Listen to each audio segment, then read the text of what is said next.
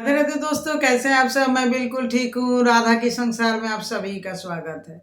दोस्तों, बड़े सारे लोगों में कन्फ्यूज़न है कि जो दीपदान का नियम है, मतलब जो ये कार्तिक महीना या दामोदर महीना चल रहा है, तो ये दामोदर महीना में दीपदान सबसे प्रधान सेवा होता है। ऐसे तो बहुत सारा सेवा है, लेकिन मेन जो अगर छोटा से छोटा नियम भी कोई फ़ॉलो करके थोड़ा-सा जीवन का जो कल्याण कर सकता है, आत्मा का कल्याण कर सकते हैं, अपना भौतिक और पारमार्थिक जगत में उन्नति कर सकते हैं, तो उसके लिए प्रधान एक सेवा है जो छोटा सेवा में भी आता है, दीपदान सेवा। आकाश दीपदान, तुलसी दीपदान, मंदिरों में दीपदान, अपने घर के इष्ट देव को दीपदान, अपने कुल देवी को दीपदान, तीर्थ का दीपदान, तीर्थ में जाके दीपदान, ये सब बहुत सारा दीपदान भी एक विशेष विशेष सेवा है ये कार्तिक महीना का। तो ये कार्तिक महीना का ये जो दीपदान है, बहुत में ये कन्फ्यूज़न है कि ड्यूटी का जो है, बाहर जॉब करते हैं, चाहे लेडीज़ हो या जेंट्स, बाहर जो जॉब करते हैं तो उनके लिए दीपदान करना बड़ी प्रॉब्लम हो जाता है। और जो लेडीज़ घर में है वो तो ठीक-ठाक कर लेते हैं, लेकिन जॉब पुरुषों में ज़्यादा प्रॉब्लम हो रहा है कि वो दीपदान कैसे करें। कोई-कोई पुरुष तो इसको ब्रेन में अपना माथा में लाते ही नहीं है कि मुझे भी दीपदान करना चाहिए। वो सोचते हैं बस मेरा पत्नी या मेरा माँ कर देते हैं तो हो गया, मुझे करने का क्या ज़रूरत है। लेकिन दीपदान ऐसा है कि हर व्यक्ति एक स्वतंत्र आत्मा है, एक आत्मा है, और हर आत्मा का ऊर्ध्वगति होना चाहिए, हर आत्मा का कल्याण होना चाहिए। तो इसलिए हर आत्मा को अपना सत्कर्म जो है वो खुद को ही करना पड़ता है। तो अपना सत्कर्म अगर खुद नहीं करेंगे तो अपना आत्मा का ऊर्ध्वगति मुझे कौन कर देगा? मेरा आत्मा का गति को कौन मतलब रोक सकता है या कौन आगे बढ़ा सकता है? मेरा कल्याण तो मुझे ही करना होगा ना, चाहे वो जेंट्स हो या लेडीज हो। तो हर किसी को अपना अपना करना हो। चाहे आप जॉब में जा रहे हैं, लेकिन कुछ कुछ छोटा सा नियम है कार्तिक में कर लीजिए। चाहे आप जेंट्स ही क्यों ना हो, या जो लेडीज भी जॉब में जाते हैं, तो कैसे ये कार्तिक स्नान या कार्तिक नियम को फॉलो करें, उस विषय में आज एक वीडियो है। ये वीडियो अंत तक जरूर देखिए बिना स्किप किए, और चैनल में नए हैं तो चैनल को सब्सक्राइब कर लीजिएगा, और वीडियो अच्छा लगेगा तो लाइक शेयर कर दीजिएगा, क्योंकि और किसी को भी इस वीडियो के थ्रू कुछ लाभ मिल सके, ये आपका जिम्मेदारी है। तो राधे राधे, चलिए शुरू करते हैं। देखिए, कोई भी जॉब करने जाते हैं तो उनका एक टाइम टेबल रहता है ना जॉब का। जो कोई होता है जनरल शिफ्ट, जो सुबह जग गए, शाम को मोटा मोटी 5:30 6 7 बजे तक घर आ गए। कोई होता है कि ए शिफ्ट ड्यूटी बोला जाता है, सुबह में 5 बजे से ड्यूटी में जाते हैं तो दोपहर 2:30 3 4 बजे तक घर आते हैं। कोई होता है कि दोपहर को ड्यूटी जाते हैं 2 बजे से, तो रात को 10 बजे घर आते हैं। तो उसमें तो क्या होता है कि एक टाइम का तो हमारा दीपदान छूट ही जाएगा। जैसे जो भोर में ड्यूटी जाते हैं वो भोर में कैसे करे, या जैसे कोई रात को 10 बजे आ रहे हैं तो 10 बजे आने के बाद कैसे दीपदान करे, क्या करे, ऐसा ऐसा बहुत सारा कंफ्यूजन है। इसके लिए वीडियो जरूर देखिए। देखिए, मेन बात होता है कि अगर कोई आपको बोल देगा, जो सुबह में 5 बजे ड्यूटी जाते हैं वो सोचते हैं सुबह में उठ करके 5 बजे ड्यूटी जाना, तो फिर कैसे सुबह उठ करके स्नान करना या दीपदान करना संभव हो पाएगा। लेकिन अगर आपको दीपदान के लिए तो आप इतना कंफ्यूज हो रहे हैं, सोच रहे हैं, लेकिन अगर आपको बोला जाएगा कि आपको वहाँ जाइएगा तो आपको 10,000 रुपया मिलेगा, तो ज़रूर से ज़रूर आप जल्दी उठिएगा, जल्दी स्नान कीजिएगा, जल्दी वहाँ जाके पहुँचेगा, क्योंकि आपको कुछ तो आप कुछ थोड़ा सा लाभ के लिए जीवन को कष्ट दे सकते हैं, शरीर को कष्ट दे सकते हैं, लेकिन भगवान के प्राप्ति के लिए और अपने आत्मा के कल्याण के लिए कुछ नहीं कर सकते। हम लोग इस बॉडी को ही सब कुछ मानते हैं क्या? आत्मा को भी तो मानना पड़ेगा ना। आत्मा का कल्याण के लिए भी तो कुछ कुछ करना पड़ेगा ना।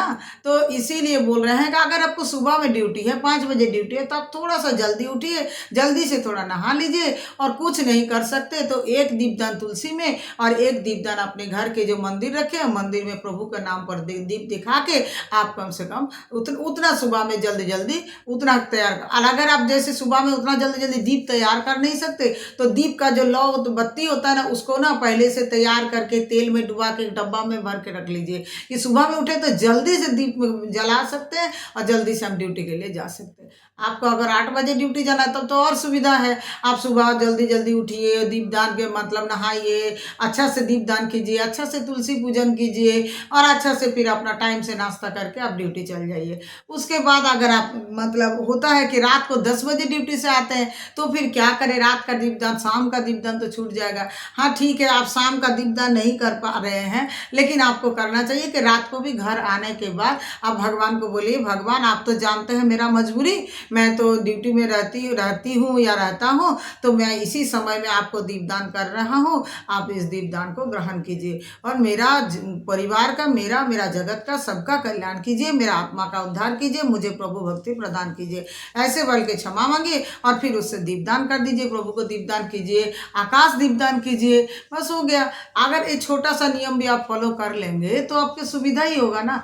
जीवन में छोटा छोटा नियम भी तो अपने आत्मा के कल्याण के लिए, अपने ईश्वर प्राप्ति के लिए, अपने मतलब क्या बोलेंगे, आध्यात्मिक लेवल को थोड़ा सा आगे बढ़ाना जरूरी है। ये भौतिक जगत जो देख रहे हैं खाली मतलब कमाओ और बस खाओ और परिवार का पालन करो और अंत में मर जाओ, हो गया जीवन, नहीं होता है। जो दीपदान करता है, दीपदान का महिमा को पहले जानना होगा ना। आपको अगर कोई जगह में लाभ दिखाई देता है तो ही ना आप उस जगह उस चीज को करते हैं। तो आपको दीपदान का क्या लाभ है ये जानना पड़ेगा। सबसे पहला है कि दीपदान करने से प्रभु प्रसन्न होते हैं, प्रभु इच्छित वरदान प्रदान करते हैं, मनोकामना पूर्ति करते हैं। किसी का कोई भी मनोकामना हो, ये कार्तिक में कंटिन्यू अगर दीपदान उस मनोकामना को लेकर के करे तो जरूर से जरूर वो मनोकामना पर, चाहे वो स्टूडेंट हो, चाहे वो मतलब परिवार के लोग हो, चाहे कोई मनोकामना लेकर के कार्तिक का डेली एक दीपदान कम से कम तुलसी माता के सामने या नदी के तट पर या भगवान के सामने या किसी मंदिर में करे, ये मनोकामना को मेरा पूर्ण हो जाए, तो अवश्य से अवश्य मनोकामना पूर्ण होता है।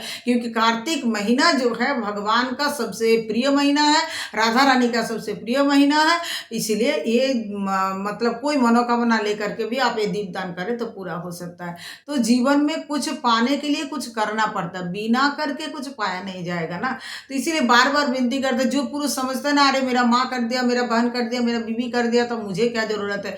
हर व्यक्ति का एक स्वतंत्र आत्मा है, हर आत्मा का उद्धार होना जरूरी है। किसी का किया हुआ पुण्य किसी को ऐसे नहीं मिलेगा।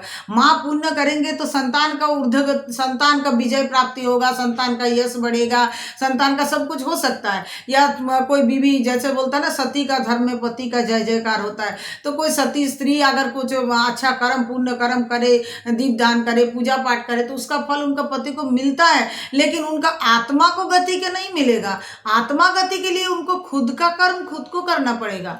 खुद का जो आत्मा का ऊर्ध्वगति चाहिए, निज आत्मा का आध्यात्मिक लेवल को अगर बढ़ाना होगा तो खुद करना होगा। तो इसीलिए बोलते हैं, हर पुरुष भाई से हम बोल रहे हैं, हर भाई लोग से हम बोल रहे हैं कि अपना जीवन का पुण्य, अपना आध्यात्मिक लेवल का उन्नति, अपना आत्मा का उन्नति सब कुछ करने के लिए खुद कीजिए। बीवी, माँ या बहन पर निर्भर ना हो जाइए। भाई लोग नहीं करते हैं, ज़्यादातर भाई लोग सोचते हैं घर वाले ही कर दिए तो हो गया, नहीं होता है। खुद कीजिए। आप इस कार्तिक महीना में तो कम से कम खुद कीजिए। सुबह एक दीपदान कैसे करके आप अपना मतलब समय निकालिए। ड्यूटी है लेकिन जब लाभ दिखता है ना तो दीपदान होता है। क्योंकि दीपदान जो होता है कार्तिक का, जो जितना ज्यादा दीपदान करेगा उसको मरने के बाद जब वो उसको ले जाया जाएगा तो उसका रास्ता रोशन किया जाता है। उसको नरक का यातना नहीं भोग करना पड़ता है, उसको नरक जाना नहीं पड़ता और वो सीधा प्रभु के धाम जाते हैं और प्रभु का प्रसन्नता से प्रभु का इच्छित वरदान प्रदान करते हैं प्रभु। तो अगर आप चाहते हैं कि आपका मृत्यु के बाद का रास्ता क्लियर हो तो आपको अपना काम खुद करना होगा। और एक कार्तिक महीने में दीपदान के लिए किसी भी स्थिति परिस्थिति में आप समय निकालिए और थोड़ा सा दीपदान कीजिए। आपसे जितना ज़्यादा हो सके ज़्यादा से ज़्यादा कीजिए, नहीं तो कम से कम एक तुलसी दीप और एक अपना घर का मंदिर में दीपदान तो अवश्य कीजिए। राधे राधे दोस्तों, बहुत अच्छा से रहिए, खुश रहिए, प्रसन्न रहिए और ऐसे दीपदान करके अपने आत्मा का ऊर्ध्वगति कीजिए, अपना आध्यात्मिक लेवल को बढ़ाइए। क्योंकि ये कार्तिक महीना एक ऐसा महीना है, इस महीना में जो जितना ज़्यादा भक्ति करेगा ना उसका भक्ति का लेवल भी उतना ज़्यादा, मतलब कुछ भी करेगा अच्छा काम, अगर गो सेवा करेंगे, अगर बाहर का सेवा करेंगे, दान दक्षिणा देंगे, यज्ञ कराएंगे, कुछ भी करेंगे कार्तिक का महीना में तो वो बढ़ोतरी उसका बार होते जाता है। वो और ज़्यादा ऐसे पुण्य कर्म करते जाते हैं, आध्यात्मिक लेवल उसका ऐसे बढ़ते जाता है और आगे आगे भक्ति के पथ पर वो अग्रसर होते रहते हैं। तो राधे राधे दोस्तों, खुश रहिए। और मेरा जो ये वीडियो अगर आप लोग को अच्छा लगा है तो चैनल को सब्सक्राइब कर लीजिए और मेरा वीडियो को लाइक शेयर कर दीजिएगा, जिससे सबको थोड़ा ये जो जानकारी है प्राप्त हो सके। हरि बोल, हरे कृष्ण, जय श्री कृष्ण।